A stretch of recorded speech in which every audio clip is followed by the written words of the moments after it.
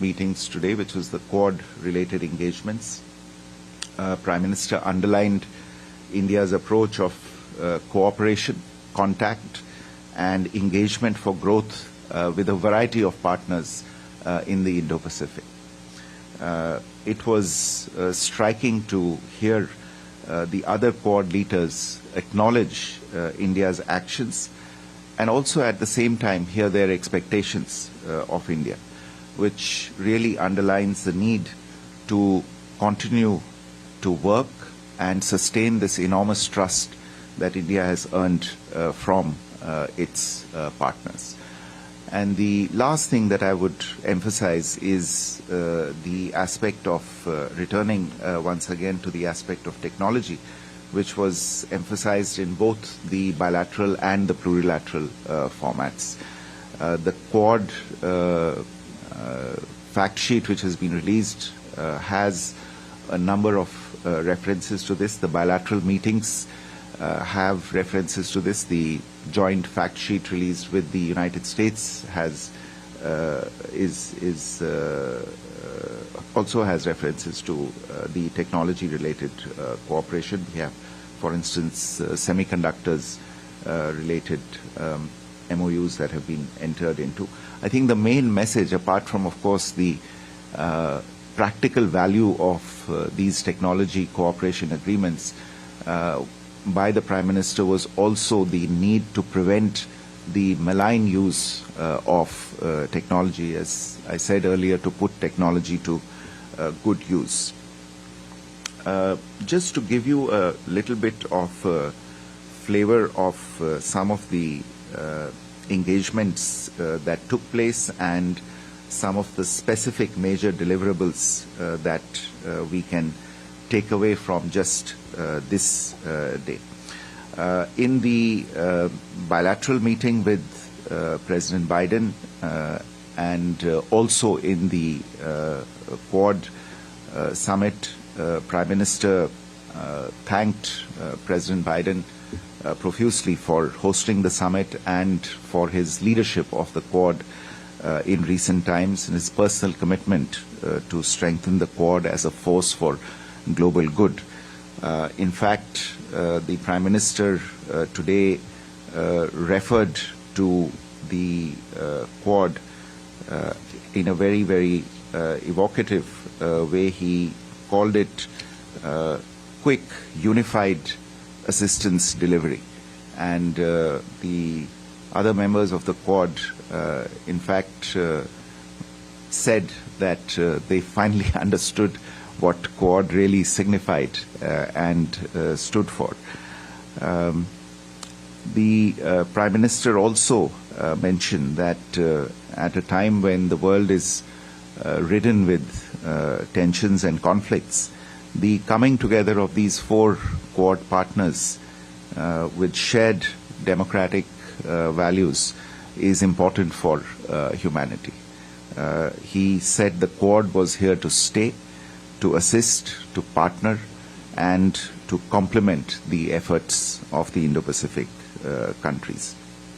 The leaders took stock of the progress that had been achieved by the Quad over the last 1 year and set forth an ambitious agenda for the next year. And as you all know, India will be hosting the Quad Summit in 2025. Amongst the major announcements from this particular edition of the Quad, one I have already referred to, which was a separate sideline event at the summit, which is the Quad Cancer Moonshot, which is a groundbreaking partnership to address the challenges posed by cancer, and in this particular instance by cervical cancer.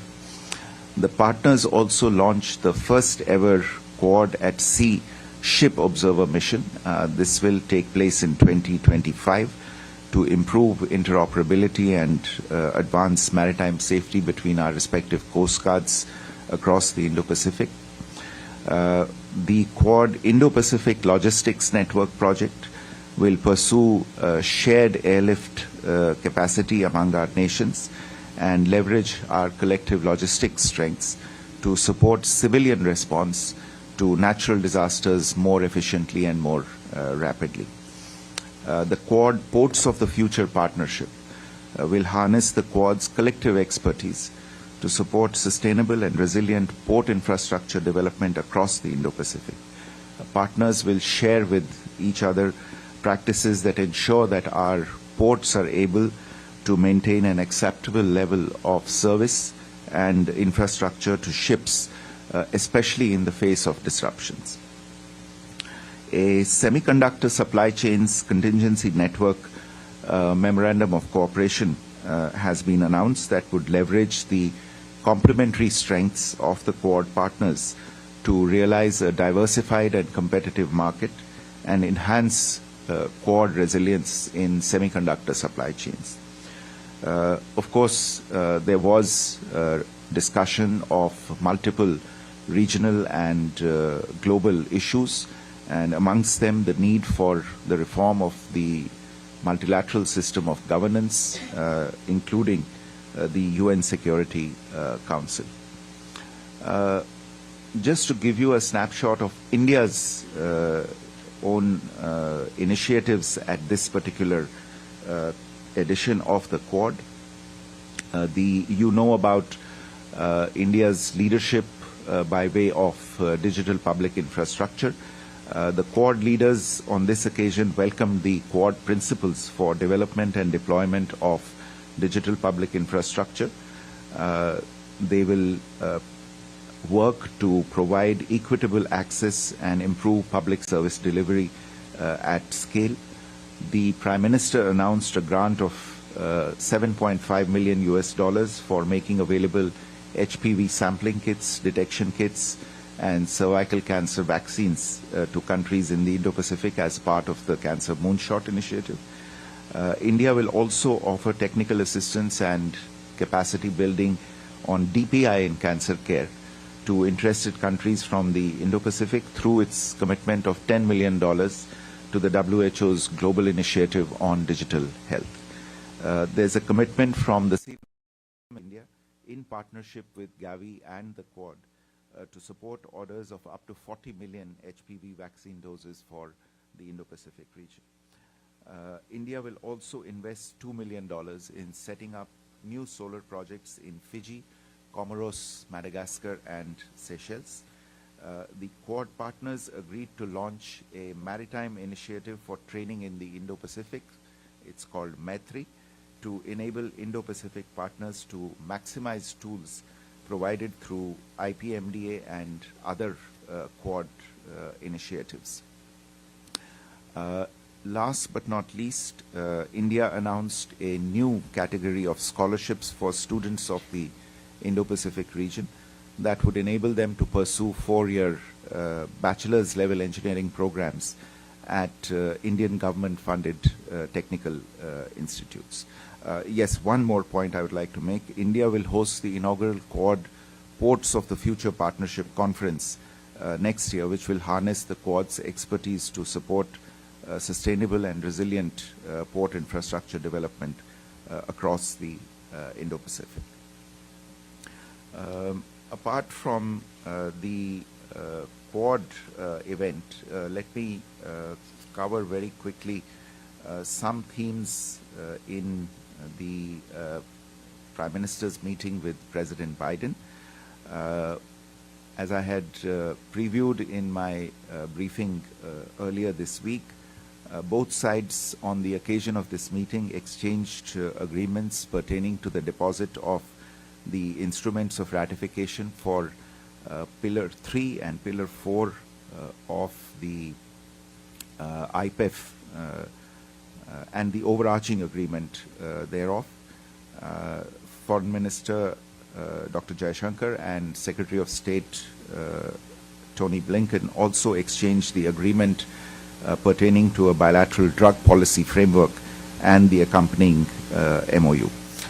During the meeting itself, both sides discussed at length the ever-expanding agenda of the India-US Comprehensive Global Strategic Partnership, which has left no aspect of human endeavor untouched.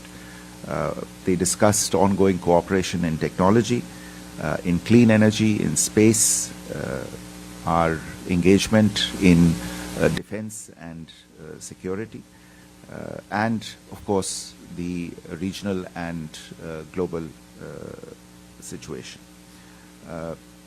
Prime Minister thanked President Biden for his pioneering role in strengthening the India-US partnership over the last 4 years. In particular, he highlighted President Biden's legacy initiative of the initiative on critical and emerging technologies. There is a joint fact sheet that has been released with regard to the India-US part of it. I'm sure all of you have it, so I won't go into the details of the fact sheet. I just flag a few. For instance, the US-India roadmap to build safe and secure global clean energy supply chains. Under this, the United States has agreed to leverage nearly $1 billion in multilateral IBRD funding guarantees. This is to accelerate the expansion of safe and secure clean energy supply chains through US and Indian manufacturing of clean energy technologies and components. The leaders also welcomed progress between India's National Investment and Infrastructure Fund and the US International Development Finance Corporation to provide up to $500 million each to anchor the Green Transition Fund, as well as encourage private sector investors to match these efforts. President Biden welcomed India's decision to set a uniform GST of 5% on the MRO sector, and we welcomed commitments from US industry to further increase India's MRO capabilities for the repair of aircraft and other platforms. Just let me give you a brief snapshot of the Prime Minister's 2 other meetings with Prime Minister Kishida and Prime Minister Albanese. With Prime Minister Kishida, as you are aware, it was in the nature of a farewell meeting given the party elections that are scheduled later this month in Japan. Prime Minister appreciated in a very fulsome fashion the contribution to the bilateral relationship that has been made by Prime Minister Kishida. Next year is also the 10th anniversary of the India-Japan special strategic and global partnership, and it was agreed that this should be marked in an appropriate fashion.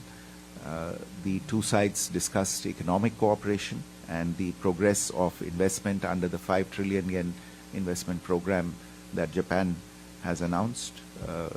Cooperation on semiconductors and the setting up of Japanese industrial centers in India was discussed, and there was also reference to the growing defense cooperation as well as people-to-people exchanges between the 2 countries. With Prime Minister Albanese, 2025 also happens to be the 5th anniversary of the comprehensive strategic partnership between India and Australia. There was a reference to the progress made under ECTA and the impact that it was already having on trade between the 2 countries, and the steps that the 2 sides were taking to conclude even more ambitious economic cooperation agreements such as the SICA. There was discussion on cooperation in defense and security-related issues, and the potential in cooperation in space and critical minerals. So, as you can see, it's been a full day, and we are already into the following day. But let me stop there, and if you have any questions, I would be happy to take them. Ambassador, would you like to add anything? Thank you. Okay. Can we start with Prashant? Sir Prashant Jha of the Hindustan Times, if I may, two questions. The first is about ISET. This is an initiative you were closely involved with in your previous role as well.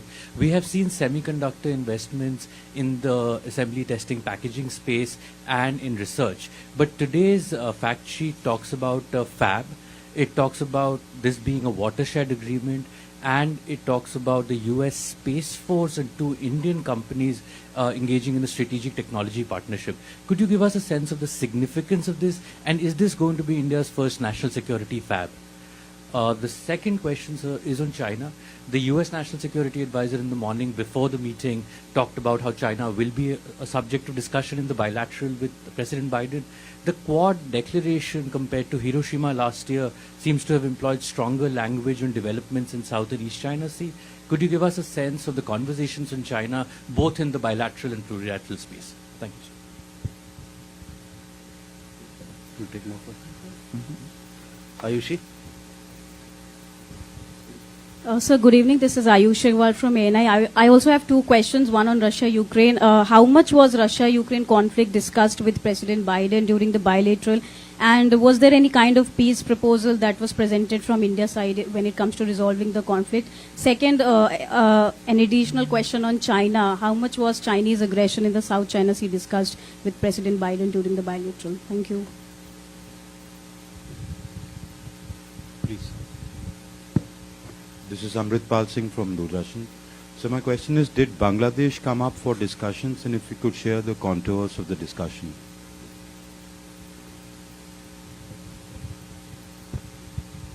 Sir, मैं Krishna Mohan Sharma, Bharat express से। दो सवाल है। एक सवाल जो आपने कहा कि माइक्रो टेक्नोलॉजी का इस्तेमाल ह्यूमन डिस्ट्रक्शन के लिए किया जा रहा है, इस पे थोड़ा सा लाइट डालें। और दूसरा, पूरे मीडिया में एक र्यूमर कहें या जो कि कुछ भी कह लें कि ट्रंप साहब की प्राइम मिनिस्टर से मुलाकात हो पाएगी या नहीं हो पाएगी, कोई शेड्यूल है या नहीं है? Okay. Let me take those questions. I think, Prashant, your question about the new fab-related announcement that's been made in this joint fact sheet between India and the United States. As you know, this company, the Indian company in this case, Third Eye-Tech, is a pioneering company, and it's been working for the last few years in close cooperation with Government of India entities as well as with US entities. In this case, as you have pointed out, there is a partnership between Third Eye-Tech, Bharat Semi, and the US Space Force. And this is a different fab in the sense that this has been established with the objective of manufacturing infrared, gallium nitride, and silicon carbide semiconductors. And it will be supported by the Indian Semiconductor Mission as well as this strategic technology partnership. I think what this represents is the increasing and very substantial design as well as manufacturing capacities that are latent in India's semiconductor sector. We have always been known as a repository of design talent insofar as semiconductors are concerned, but this shows that we are breaking out into the fabrication part of it, and with the right support, the right incentives, and the right access to technology and partnerships from abroad, Indian startups can actually make a global mark.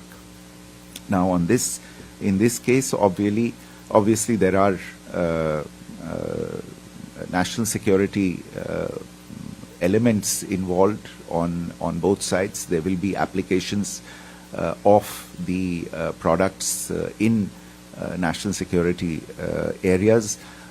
Whether you can call it a national security fab, I will leave the labeling and the adjectives to you.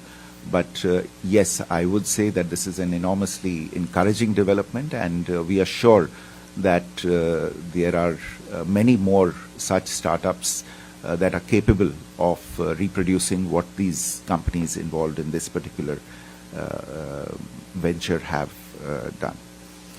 I think a lot of you have, in your questions, have wanted to know about the content of the discussions and have pointed to specific countries or situations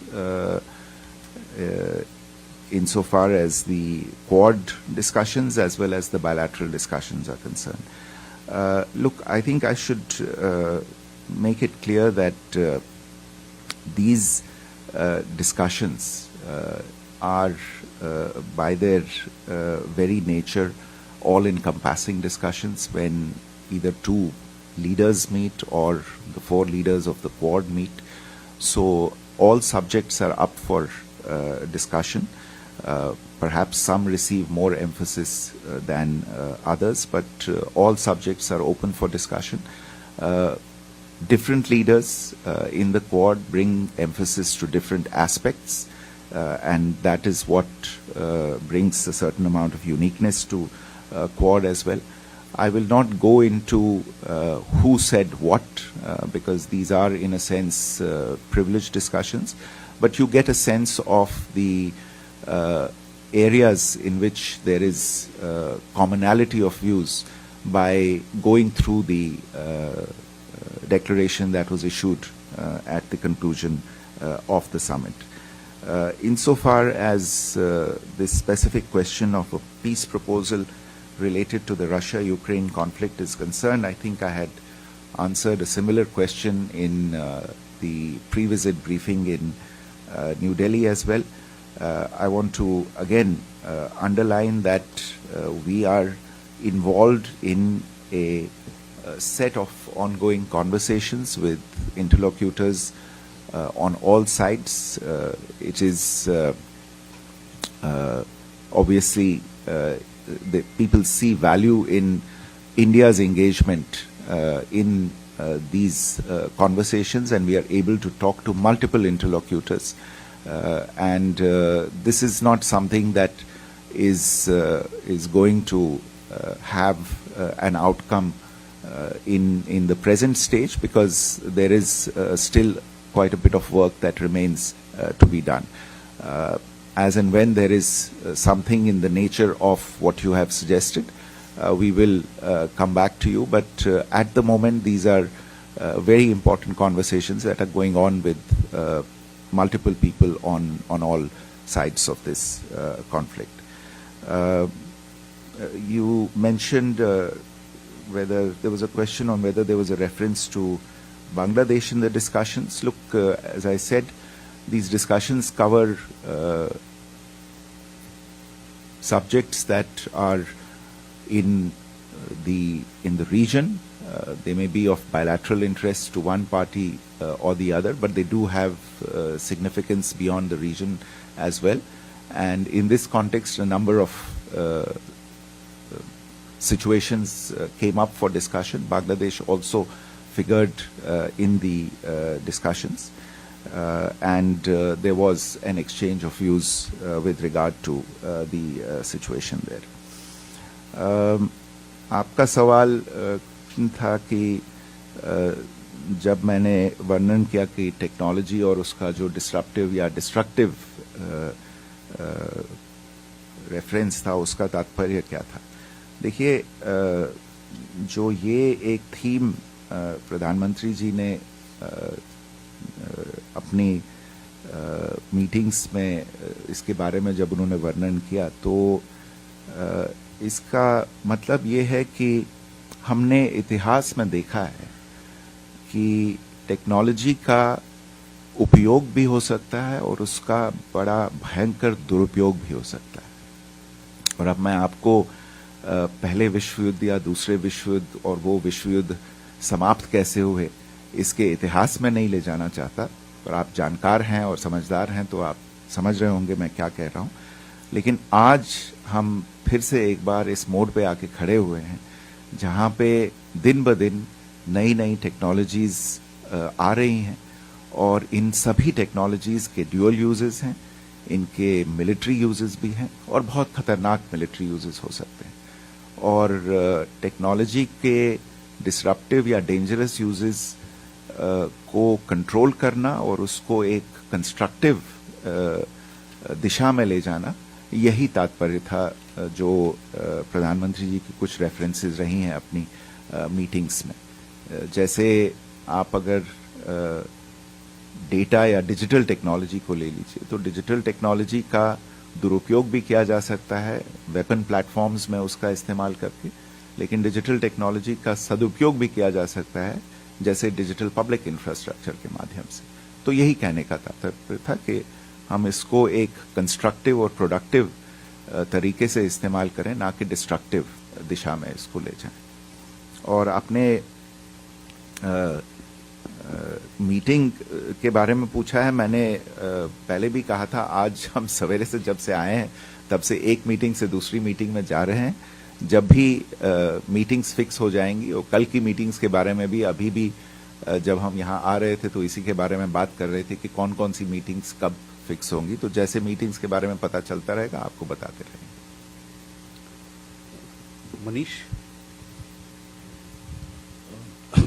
Manish Chand, India Rights Network. Foreign Secretary, I'm talking about the positioning and branding of Quad as a force for global public good. Prime Minister in his statement also said that not directed against any third country. Was there a meeting of minds, concurrence on that? Because if we go by the statements of the US officials and also the Japanese Prime Minister, there was a lot of talk about Chinese aggression and assertiveness. And my second question is about the atmospherics of Prime Minister Modi's meeting with Joe Biden. From the images we saw on television, he clasped his hands and spent quite a bit of time, a few minutes, I would say. What was their message, personal, if you could give us some insight into some privileged glimpse of what was discussed? We have a question here, madam. नमस्कार, मैं सर्जना शर्मा हूँ सनमार्ग से। Sir, अगली बार जब नई दिल्ली में बैठक होगी 25 में, तो दो नेता नहीं होंगे, जापान के प्रधानमंत्री और अमेरिका के राष्ट्रपति। तो उन्होंने कोई ऐसा मेन पॉइंट या कहीं स्ट्रेस किया हो, किसी पे जोर दिया हो कि ये हम ना रहें तब भी उसके बाद ये चीज़ें आगे बढ़नी चाहिए?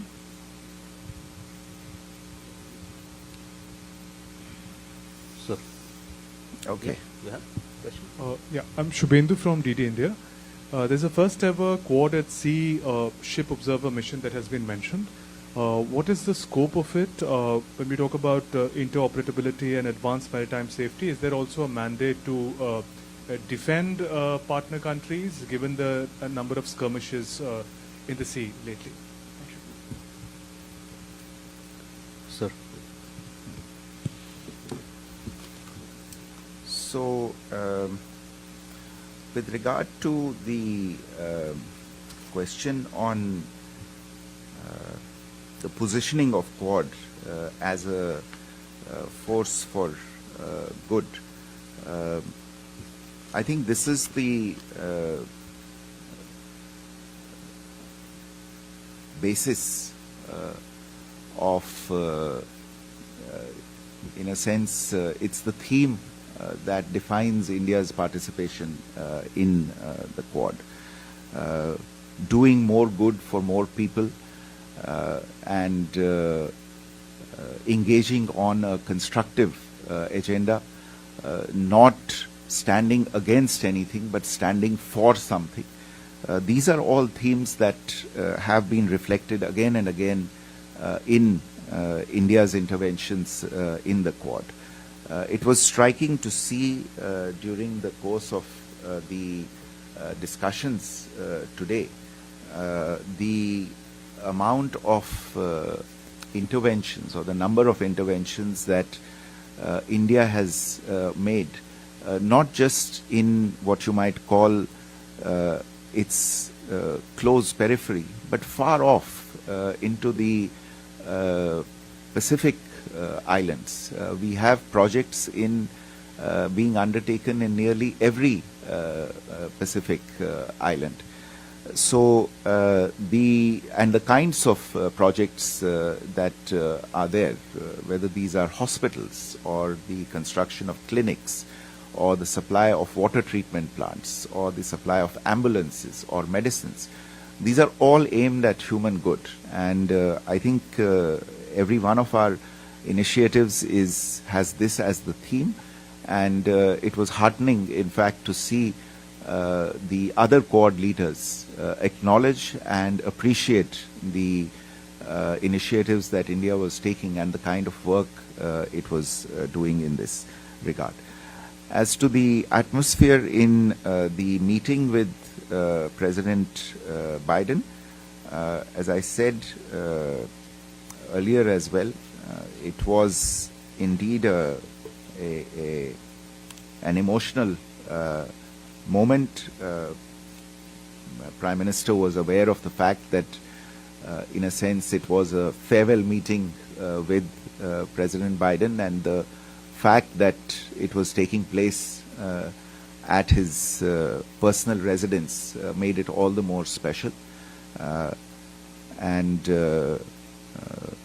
in fact, he mentioned to him that in India we say, जब दिल के दरवाजे खुल जाते हैं तो घर के दरवाजे भी खुल जाते हैं. And he said that you have today opened the doors of your home to us.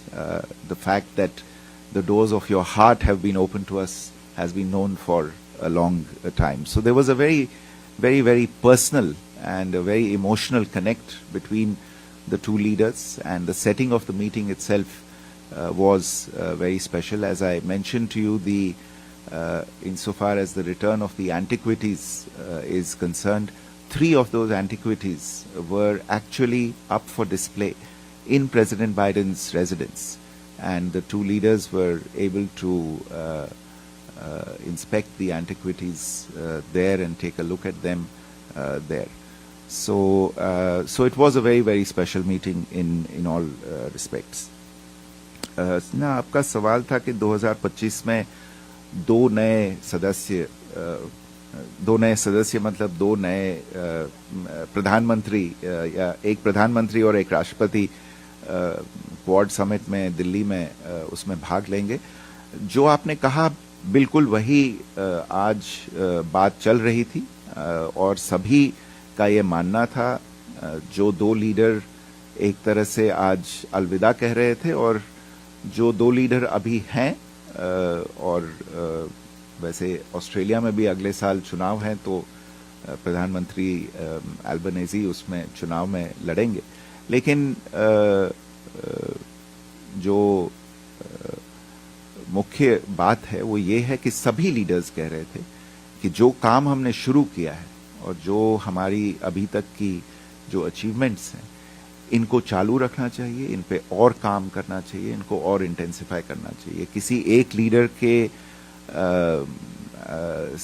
सेवा निवृत्ति उनकी हो जाने से या अवकाश लेने से इसका मोमेंटम कम नहीं होना चाहिए, और नहीं होगा. और एक तरह से प्रधानमंत्री जी ने खुद अपनी तरफ से पूरी प्रतिबद्धता जताई इस चीज को लेके कि जो काम इन 4 लीडर्स ने शुरू किया है वो आगे बिल्कुल पूरे जोशो खरोश के साथ जारी रहेगा. Yeah, Shubhendu, your question on the Quad at Sea ship observer mission. Essentially, the U.S. Coast Guard, the Japan Coast Guard, the Australian Border Force, and the Indian Coast Guard have come together to launch this particular initiative in 2025 in the Indo-Pacific, primarily to improve interoperability.